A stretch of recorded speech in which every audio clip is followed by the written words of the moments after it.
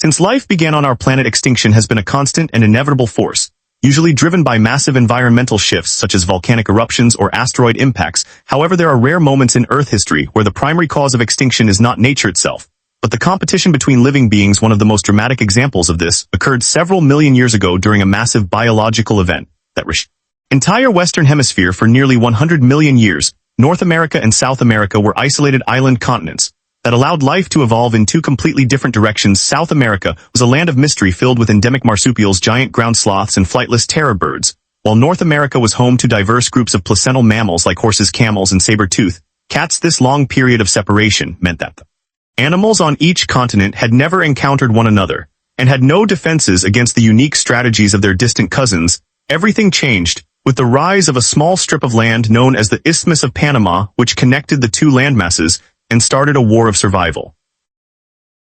The formation of the land bridge about 2.7 million years ago triggered what scientists call the Great American Biotic Interchange, which was essentially a chaotic and bloody battle for ecological dominance.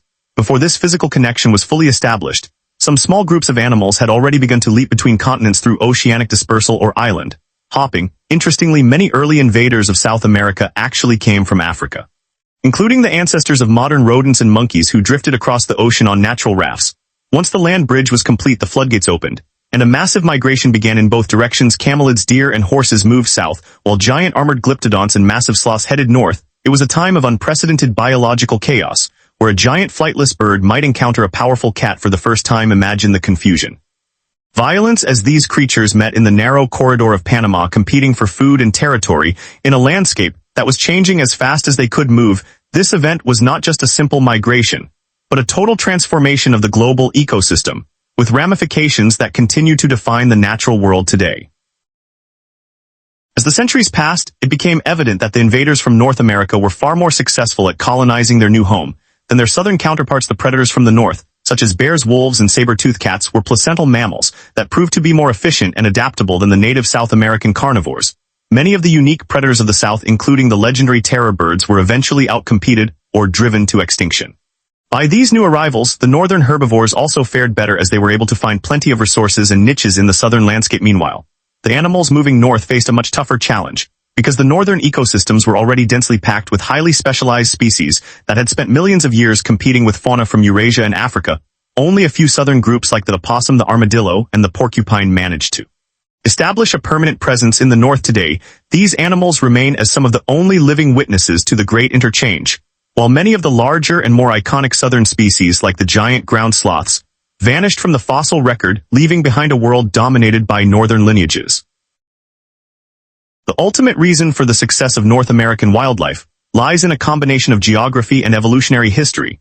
Because North America was frequently connected to the vast landmasses of Eurasia, it served as a brutal training ground where only the toughest and most adaptable species could survive. When these battle-hardened animals finally reached South America, they were far more prepared for competition than the species that had evolved in the relative isolation of an island continent. Climate also played a critical role, as animals moving south entered a tropical environment that was similar to what they had already experienced, while those moving north were suddenly hit by the harsh and cold weather of the higher latitudes, which many were unable to survive. By the end of the Pleistocene epoch, much of the megafauna from both continents had disappeared due to a combination of climate change and the humans who brought new pressures to the already stressed ecosystems. The story of the Great American Interchange serves as a powerful reminder of how the movement of species can trigger mass extinctions and permanently alter the course of life on Earth, showing that the simple presence of a new neighbor can be just as devastating as a falling star. To understand how this war began, we must look at the events long before the continents actually touched. Historians often refer to these as the first skirmishes, which occurred through oceanic dispersal or island hopping, starting as far back as 40 million years ago. Curiously, the first major invaders did not come from the north, but from the east across the Atlantic Ocean. These were rodents and primates from Africa who managed to raft over when the distance between continents was much smaller than it is today. These African arrivals became the ancestors of modern capybaras, chinchillas, and New World monkeys, successfully outcompeting many small native marsupials, while diversifying into unique forms. Millions of years later, around 7,300,000 years ago, a group of raccoon-like creatures called Procyonids became the first placental carnivores from North America to set foot in the south. Their arrival was devastating, as they likely targeted the eggs of endemic species, potentially leading to the slow decline of giant native predators. Even before the main battle began, this early phase of migration proved that the southern ecosystem was already vulnerable to outside forces, setting the stage for the massive shift that would follow once the physical bridge was finally complete, and the true floodgates were opened for all animals to cross the newly formed land. One of the most surprising aspects of this ancient interchange is the origin of animals we associate with specific regions today, for example camels and llamas, which are now synonymous with the high Andes or the deserts of the Middle East, actually evolved in North America.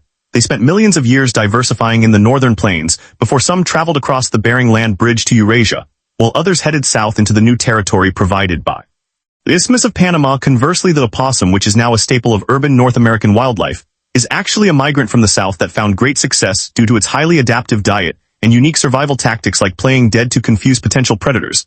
The narrow strip of Panama became a literal bottleneck, where some of the most iconic creatures of the Cenozoic era met for the first time. Imagine a giant flightless terror bird coming face to face with a saber-tooth cat, or a massive ground sloth encountering a primitive horse. For the first time, these meetings were like encounters with aliens from another world, as animals from isolated evolutionary paths were suddenly forced to share the same space and resources, leading to a long period of intense competition and radical change that permanently altered the history of both continents for the rest of time.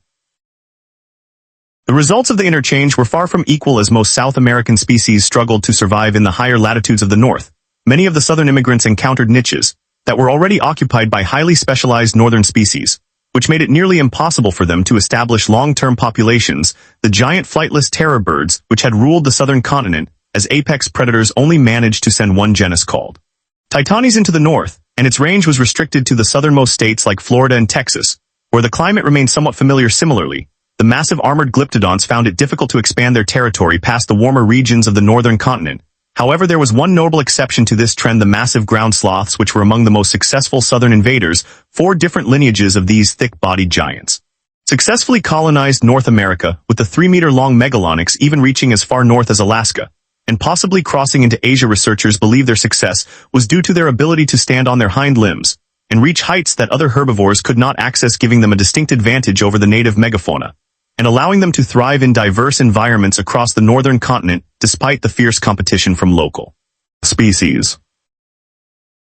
Scientists have spent decades trying to explain why the North American species were so much more successful in this biological war, and the answer largely comes down to the geography of the two continents. There was a significant climate asymmetry that acted as a filter for migrating species. Animals moving from north to south had to pass through tropical regions in Central America before they reached the southern continent, meaning that by the time they arrived, they were already adapted to warm and humid conditions. In contrast, animals moving north from South America were still in a tropical climate upon entering the isthmus, and did not face a major environmental challenge until they hit the drier and colder volcanic belts of Mexico. This meant that the northern invaders were already prepared for the new environment, while the southern migrants were hit by a sudden and lethal change in weather that many could not handle. Furthermore, North America was much larger and had been connected to the massive landmasses of Eurasia and Africa for long periods, exposing its wildlife to much tougher competition and more diverse threats over millions of years. This evolutionary history produced a group of animals that were essentially more battle-hardened and better equipped to dominate any new territory they entered, while the isolated southern animals were unaware of the carnage awaiting them. The final chapter of this great interchange was marked by the global extinction event of the late Pleistocene, which saw the disappearance of over 50% of the world's megafauna in the Americas. This meant the end for the giant ground sloths, the saber-tooth cats, the glyptodonts, and many other spectacular creatures that had defined the landscape for millions of years. While the exact cause of these extinctions remains a subject of intense debate among research, leading theories point to a combination of rapid climate change and the arrival of humans who first entered North America around 23,000 years ago. These early humans were skilled hunters, who likely targeted the large and slow-moving animals that had no previous experience with human predators. Other hypotheses suggest that the extinction could have been caused by global diseases, extraterrestrial impacts, or even shifts in the Earth's magnetic field, which might have caused a flux in radiation levels. Regardless of the cause, the loss of these giants marked the end of the world created by the Great American Biotic Interchange, leaving us with the modern ecosystem we see today, where a simple opossum or a llama serves as a living reminder of a time when the continents collided, and life fought a brutal battle for the future of the Western Hemisphere, which changed the course of natural history forever. Among the groups most impacted by the northern invasion were the South American native ungulates, commonly known as sanu for short. This unique collection of mammals included 5 distinct orders of herbivores that had lived in complete isolation for nearly 60 million years. Many of these creatures looked remarkably similar to animals found in other parts of the world due to a process called convergent evolution, with some reaching massive sizes weighing multiple tons. For millions of years they reigned supreme in the southern forests and plains, but their long party came to a violent end when the land bridge formed, as they were unable to compete with the more efficient northern herbivores such as horses and deer that flooded their territory. Only a handful of families like the Procyonids and Toxodonts managed to survive. Until the very end of the Pleistocene, researchers have noted that the families which survived longest tended to be the largest, suggesting that their sheer size was their only effective defense against the new predators and competitors from the north, who were far more used to battling for resources on a global scale. While many southern species suffered, the giant Xenarthans proved to be a rare success story in the face of the northern onslaught. This group, which includes the massive ground sloths and the heavily armored glyptodonts, managed to hold their ground with remarkable effectiveness compared to other southern natives. The glyptodonts were essentially living tanks equipped with thick bony armor, and in some cases literal spiked clubs at the end of their tails which could deliver lethal blows to any predator foolish enough to attack them. Meanwhile, the ground sloths possessed incredible defensive weapons in the form of massive sharp claws attached to extremely powerful arms. One specific member of this group was even the largest mammal to ever walk on two legs, giving it a height advantage that few northern animals could match. These biological overkill defenses were so effective that the mega herbivore niche remained one of the few areas where North American invaders could not easily dominate for over 2 million years. The majority of herbivores in South America, weighing over 1 ton, remained native, showing that some southern lineages were more than capable of holding their own against the invaders. The predatory landscape of South America was completely flipped on its head by the arrival of specialized hunters from the north. Before the interchange, the continent was ruled by a diverse guild of non-placental mammals, predatory birds, and giant reptiles. But these groups met their match when short-faced bears, dire wolves, and saber-tooth cats crossed the isthmus. The northern carnivores brought with them a variety of superior biological traits, such as the bear's generalist teeth and hibernation abilities, or the complex social structures of the dire wolf packs. The saber-tooth cats, known as Rodents, used their massive teeth to carve out entirely new niches, displacing the native hunters that had existed for millions of years. Additionally, the arrival of smaller predators like otters, raccoons, and skunks created further chaos in the ecosystem by competing for small prey and eggs. This massive influx of northern carnivores eventually led to the decline of iconic southern predators, including the legendary terror birds, which became increasingly rare in the fossil record. After the land bridge formed, the predator guild we see in South America today, which includes jaguars and cougars, is actually a direct result of this ancient northern invasion.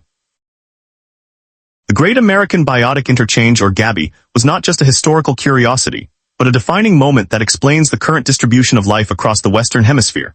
It was a true biological war that demonstrates how powerful geography and isolation can be in shaping the destiny of entire continents. Today, when you see a jaguar in the Amazon or a llama in the Andes, you are looking at the survivors of a 2-million-year-old struggle that involved millions of animals and countless extinctions. North America ultimately came out as the winner of this exchange, as its native wildlife remained largely intact, while the southern continent was fundamentally transformed, and its unique ancient lineages were mostly replaced.